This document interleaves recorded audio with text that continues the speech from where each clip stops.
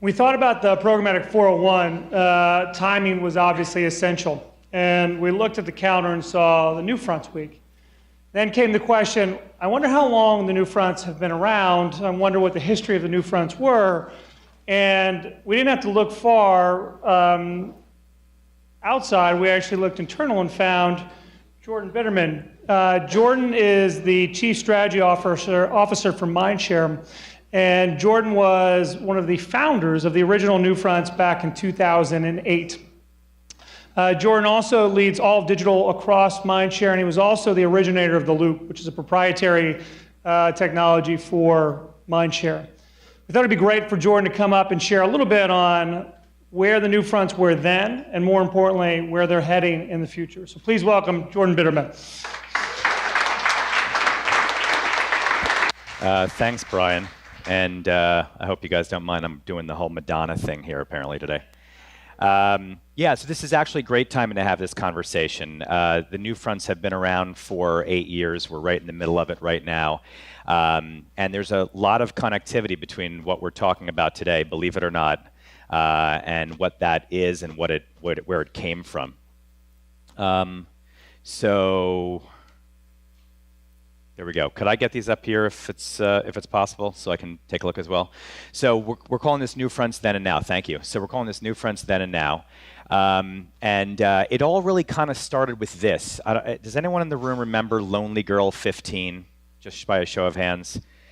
That's a pretty decent number, actually. So this was a girl along with a bunch of her friends. Who had created a serialized drama that was running on a very new YouTube. You can see it doesn't look like that anymore, obviously, although it doesn't look too far off from that. But here's the catch. At some point in the press, it came out that Lonely Girl 15 was underwritten by Icebreakers, which was, or is, part of the Hershey Company. And there were two things that happened when people figured this out. Number one, they thought, what the heck is going on and how come this has been pulled over my eyes? And then the other thing that happened was marketers everywhere said, how do I do that? And that's kind of where digital content was born. It started here, and this was a big moment for those of us who had kind of started this this movement of the Newfronts. At the time, you take a look at this chart of where YouTube was. It started in April 2005, although it didn't really gain traction for a little while, but it started then. Hulu started in March of 2007, Netflix in October of 2008. So this is sort of the dawn of digital video. And right in the middle of all of this was the Newfronts. So it was very much early days when this thing started out.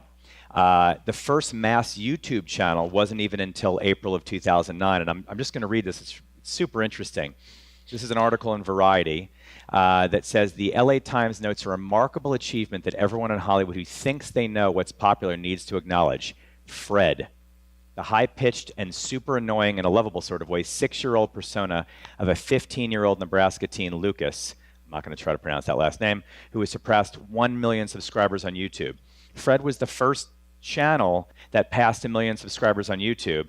And as I animate this, on the top 20, there were only 3 people that anyone really knew who were in that top 20. They were all kind of Freds. As an interesting side note, the agency that I was at before this, where we started the Newfronts, we invited Fred to join us in Cannes, because we want to talk about digital content. And he came with his older sibling. And they were going to go to the beach one day, just because they had some downtime. And they didn't let Fred go because it was a topless beach. So the guy who was like the first guy to 1 million subs couldn't go to the beach. But the original goal of the Newfronts was really to create a marketplace for digital content. And it's at this point that I would like to applaud all of you for being here right now, because as I was sitting here in the audience before, I was thinking, this event feels very much like the first Newfront event. You've got a lot of people talking about very granular details, feels very specific, almost feels like the place not to start. You should start high level, but you can't. You have to start down in the weeds, because all that exists is the weeds. That's what it is.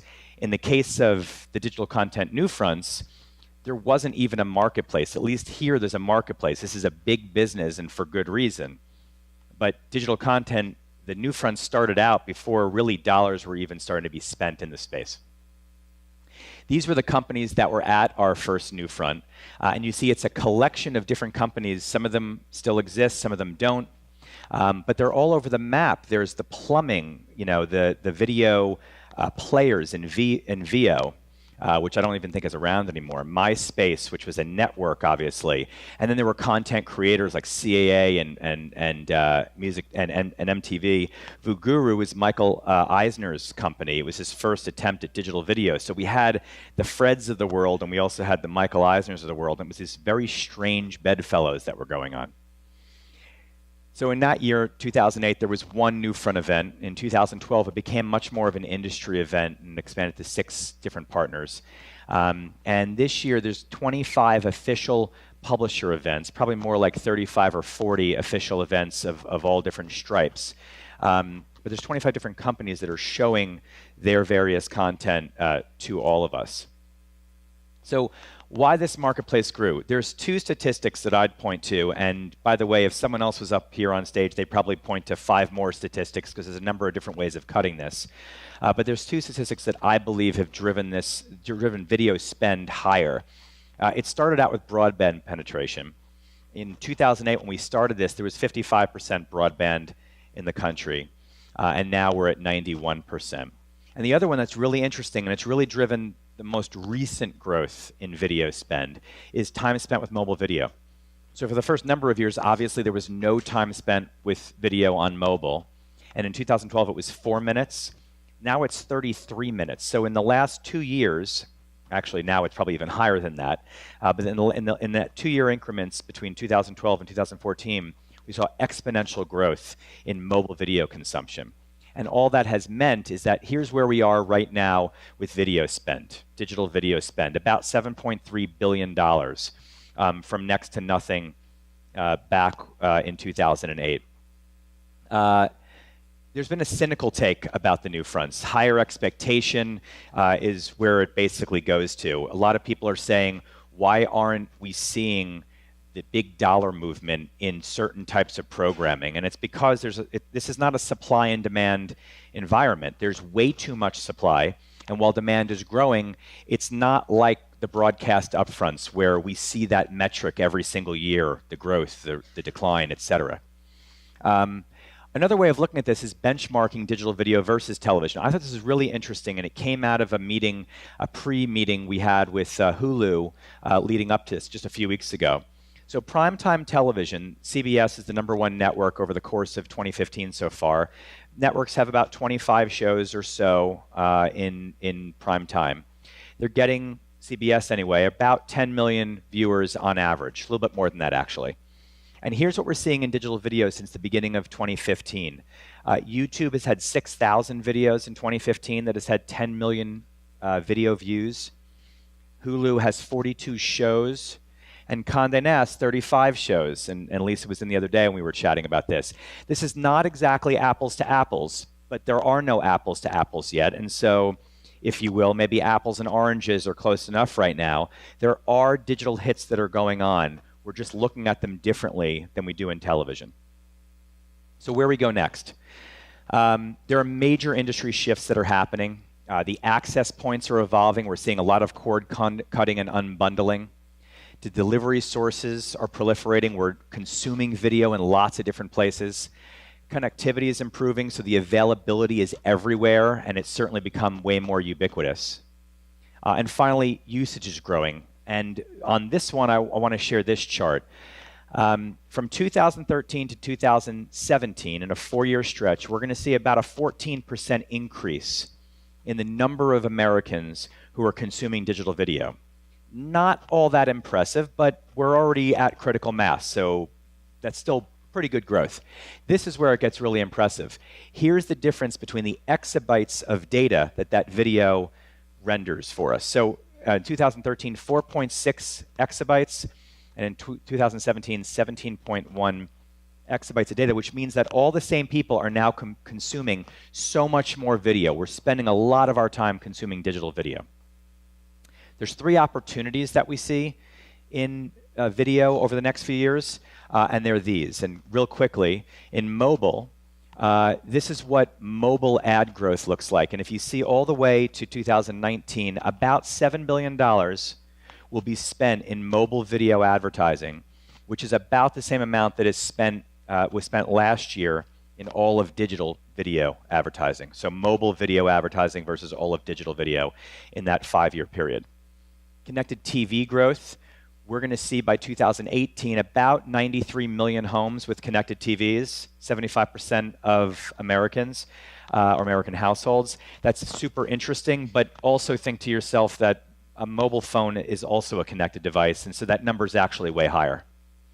And finally, programmatic video growth. And this is a programmatic conference, and I thought it important to add this as well. From 2013 to 2014, in just 1 year, in terms of digital video, this was a survey that was done of marketers. That survey indicated that 6% of those marketers said that they would spend a majority of their digital video dollars in programmatic. In 2014, it was 22%. So that number went way up. This is a survey, but we're talking about a very nascent space, so it's hard to get at better numbers than that. And from those 3 opportunities, I want to just go into 3 barriers.